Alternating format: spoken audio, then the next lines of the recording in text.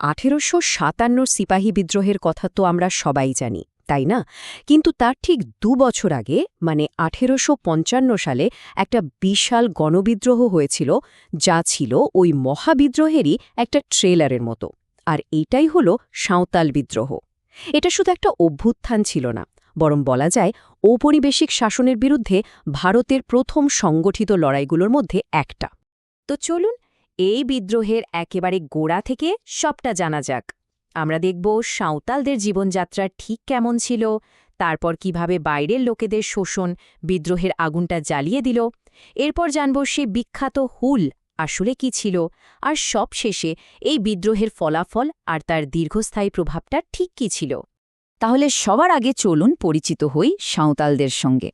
ওরা ছিলেন রাজমহল পাহাড়ের বাসিন্দা, খুবই পরিশ্রমী আর শান্তিতে থাকতে ভালোবাসা এক কৃষিভিত্তিক জনজাতি।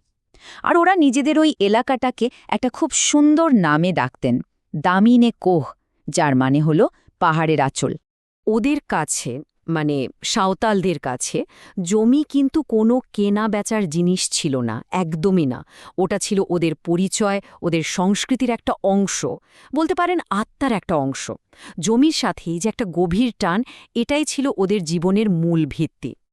কিন্তু এই শান্তিতে ভরা জীবনটা বেশিদিন টেকেনি। খুব তাড়াতাড়ি বাইরের লোকের আগমনে ওদের সাজানো জগৎটা যেন ভেঙে চুরমার হয়ে গেল। আর ঠিক এখান থেকেই কিন্তু বিদ্রোহের বীজটা পোতা শুরু হলো। সাঁওতালদের এই সব দুঃখ কষ্টের একেবারে সেন্টারে ছিল একটাই শব্দ, দিকু। এই একটা শব্দই যেন ওদের সব রাগ, সব ক্ষোভের কারণ হয়ে দাঁড়িয়েছিল। কারণ এই দিকুরাই মানে এই বাইরের লোকেরাই ওদের জীবনটাকে একেবারে শেষ করে দিচ্ছিল। আর এই যে শোষণ, এটা কিন্তু কোনো হঠাৎ করে ঘটে যাওয়া ঘটনা ছিল না।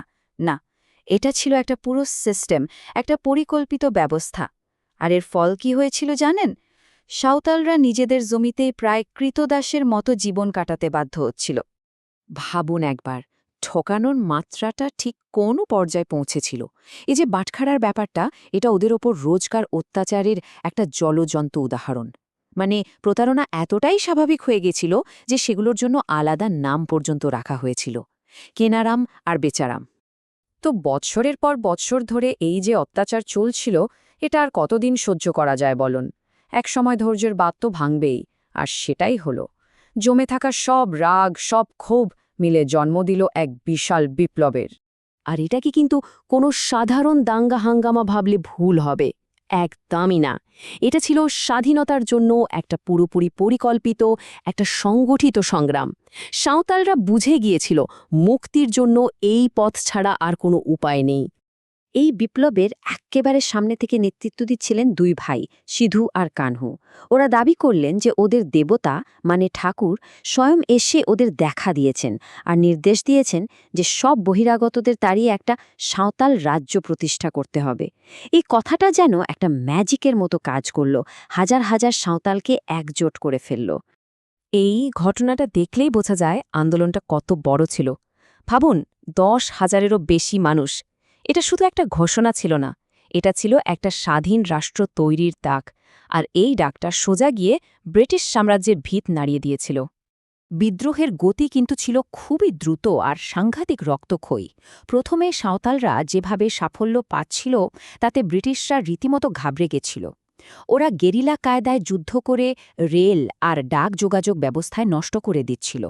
ব্রিটিশরা তখন মার্শাল ল জারি করে, আর তারপর যা হলো সেটা এক কথায় নৃশংস দমন অভিযান।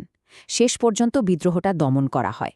হ্যাঁ, এটা ঠিক যে অস্ত্রের লড়াইয়ে বিদ্রোহটা হেরে গিয়েছিল, কিন্তু গল্পটা এখানেই শেষ হয়ে যায়নি, বরং এখান থেকেই আসল মোড়টা এলো। এই বিদ্রোহের প্রভাব এতটাই মারাত্মক ছিল যে ব্রিটিশরা তাদের শাসন নীতি বদলাতে বাধ্য হয়েছিল। এই যে 3টে বড় বড় পরিবর্তন, এগুলো ছিল সাঁওতালদের রক্তের বিনিময়ে পাওয়া এক বিশাল জয়। মানে ওদের আত্মত্যাগটা বৃথা যায়নি।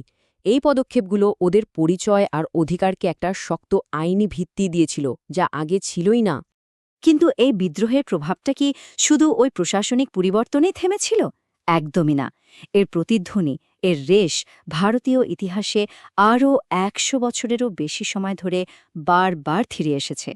সাঁওতালদের হুল যেন পরের সব আদিবাসী আন্দোলনের জন্য একটা ব্লুপ্রিন্ট বা মডেল তৈরি করে দিয়ে গেছিল। যেমন দেখুন ১৮৯৯ সালে বিরসা মুন্ডার নেতৃত্বে যে মুন্ডা উলগুলান হয়েছিল, সেটার কারণ, লক্ষ্য, এমনকি লড়াইয়ের পদ্ধতি সব কিছুর সাথে কিন্তু সাঁওতাল বিদ্রোহের একটা অদ্ভুত মিল পাওয়া যায়। ওরাও কিন্তু সাঁওতালদের দেখানো পথেই এগিয়েছিল। এই যে প্রতিরোধের একটা ধারা, সেটা এখানে খুব পরিষ্কারভাবে দেখা যায়। ঠিক যেমন সিধু কানহুর আত্মত্যাগ বিরসা মুন্ডাকে অনুপ্রেরণা জুগিয়েছিল, তেমনি বিরসা মুন্ডার লড়াই আর তার শহীদ হওয়াটা পরবর্তী প্রজন্মের কাছে একটা প্রতীক হয়ে উঠেছিল। তাহলে দেখুন, সাঁওতাল বিদ্রোহের উত্তরাধিকার বা লেগেসি আজও কতটা জীবন্ত। এটা শুধু ইতিহাসের একটা ঘটনা হয়ে থেকে যায়নি, বরং এটা হয়ে উঠেছে শোষণ আর অবিচারের বিরুদ্ধে লড়াইয়ের একটা চিরস্থায়ী প্রতীক।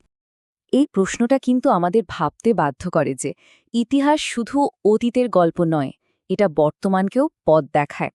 সেই ১৯ শতকের সংগ্রামের আগুন আজও কিন্তু নেভেনি, বরং নতুন সময়ে নতুন প্রজন্মের হাতে সেটা নতুন রূপে জ্বলে উঠছে।